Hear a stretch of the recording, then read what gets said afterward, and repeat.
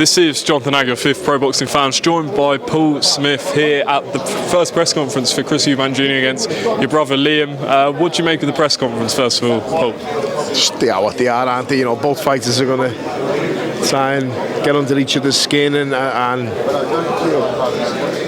get involved in a little bit of nonsense, but I think that's all it is, nonsense. You know what I mean? I didn't used to really like these things when I was fighting, and I'm sure most of the fighters probably won't. Some fighters might love it, but you know, it is what it is. We're announcing the fight. It's a great fight, and I think when you strip everything back and concentrate on just the fight, it's a brilliant fight. Obviously, Chris was vocal in that press conference, saying that he'll be less than 50%, and it's almost disrespectful for him to fight your brother. What's he getting at, do you think, with these comments?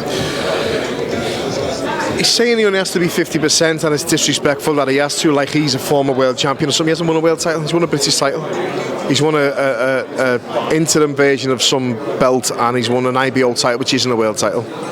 So Liam's been WBO world champion, defended it successfully a few times, and lost it to Canelo, the best fighter on the planet. He challenged Jaime Munguia, unbelievable fighter, for his title. And Eubank's saying he needs respect, sort of, for taking this fight, and it's like he's absolutely deluded, in my opinion. You know, he's beat some decent names, Eubank, and he's been in some decent fights. But when he's stepped up, he beat Arthur Abraham, who was way past his best. He lost to George Groves, he lost to Billy Joe Saunders. He beat De Gale, probably very much on his way out. But every time he stepped up really to the plate with anyone who's been live and on that level, as Liam said before, he's lost. And I think that'll be the same again. Liam's he can kid himself all he wants, thinking Liam's not a world-class fighter. Liam's a world-class fighter. He can kid himself all he wants, saying he's going to be 50% or 60% or whatever it might be. He'll be training his arse off, and as Liam said, you won't be flying Roy Jones in to just piss about with Ronnie back in Brighton. You're going to be getting the serious work, and you're going to be sparring well. You're going to be investing money in the camp and in yourself and time, and he's going to be 100% on the night. Don't worry about that. Well, that's what I wanted to ask you. He was obviously linked up with Roy Jones. I don't think he was going to be in the corner for the Conor Benn fight, but he's going to be back for this one. What have you made of that link up? Has Chris improved under him, in your opinion? Not really. I don't think he has. Roy Jones is a legend in boxing. It doesn't necessarily mean he's going to be a great boxing trainer. He's a brilliant analyst, and I think he will be a very good boxing trainer, but it doesn't automatically mean that you're going to transfer that over to someone like Chris Eubank. To be a good trainer, you have to have a good listener or a good fighter who's willing to listen and willing to study, and I don't think Chris Eubank Jr is willing to listen to anyone or study from anyone. I think he thinks he knows it all anyway, and I'm not sort of putting him down. That's just him. That's him as a person. There's probably no one on the planet who could give him advice that he'd probably listen to, his dad included. So for me, no, I don't think he's a better fighter than Roy Jones, but whatever gets him through the night or gets him through the camp, so to speak, is up to him. If he's getting Roy Jones in, that's absolutely fine. Liam will be doing exactly what Liam does, and will be more than ready on fight night. Obviously, Liam's stepping up to middleweight. I spoke to Callum just then, and he was like, listen, he spars bigger men, he spars Callum and things like that, but in the fight, stepping up in that weight, what difference will that be for Liam going up in weight for this fight? Absolutely none. Probably be a bit easier for him to, he's just £6 to play with. Liam, the spars with Liam and Callum, you'd pay to watch, you would pay for.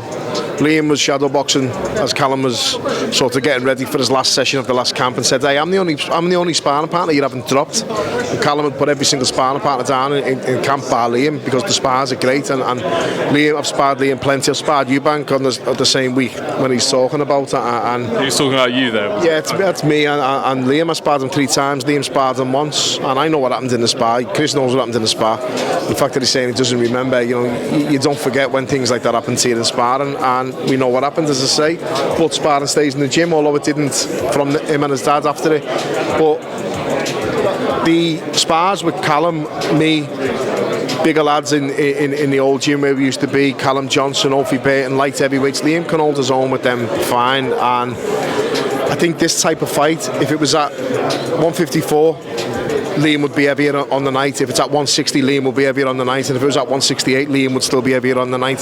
So it's not a case of what weight the fight will be at. Chris Eubank won't put that much weight on after the fight. I can't see him putting any more than 8 or 10 pounds on maximum, no matter what weight he weighs in at. So the weight limit isn't an issue for Liam at all. I just want to ask a few things about yourself. How are you finding retirement? I know it's been a few years since you retired, but I heard Kell Brooks say, I think yesterday, that he feels like he's died because he doesn't box anymore and things like that. What do you make of that? I mean, was it difficult for you when you hung up the gloves? Yeah, it was a nightmare. First 6 months it was okay, and then a couple of years after that it was hell, to be honest with you. But then last 2 years, great, brilliant, happy, content, settled with it, accepting of it. It's gone, boxing, and it is like your life. I don't care what anyone says. It's not just a passion or a vocation or a job. It's your life, and it's been my life since I've been sort of 8-9 years of age. I was 40 last month, and I'm still involved in it. I'm managing fighters now. I'm training fighters, and I commentate obviously, and I do the punditry. That's my main job. But it is a big void and a big gap to fill. My brother Stephen's retired now, so I think he's finding the same things, but albeit hopefully not as bad, and he'll be fine with that once he gets stuck into something different. But you've got to just find something to occupy your time and occupy your mind with, and we've all got that now. But boxing's it's a big thing to replace, definitely, yeah. And I think there needs to be a little bit more done to assist boxers when they retire, in not financially, not opportunity-wise, just mentally. Just someone just checking in, making sure that everything's okay with the boxers, because it's a tough thing to do, and it's hard to explain to probably the average person sitting on the couch watching this. It's hard to explain that retiring from a job, what it can do to you, but it does. It's a weird one. So when Fury says that he doesn't know what he's going to do after boxing, and that's why he's continuing, you kind of relate to that, I guess, in a way? I relate to it a lot, minus the 100 million quid he'll probably have in the bank. But the rest of it, I relate to it massively, and the fact that he's got the finances that he's got and he's still finding it very difficult explains it all. That says it all. I used to look, and before I had depression or before anything creeped in, I used to look and think, what have you got to be upset about or worried about or down about? You've absolutely smashed it, life, boxing, everything. But I know what it is now, and it's something that's very hard to explain. But Fury, he'll have to occupy his mind and occupy himself, because he can go down the wrong road. He can waste a lot of time doing nothing. You end up a busy fool when you retire, and he has to be careful of that and not doing that. And hopefully he's got good people around him, good wife, good kids, and that can keep him grounded, and he'll be fine with a bit of luck, because he's a great fighter, great role model, and being fantastic for British boxing.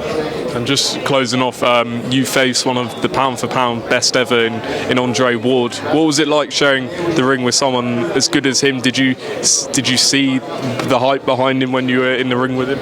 Yeah, very much so. It was pleasantly painful, let's put it that way.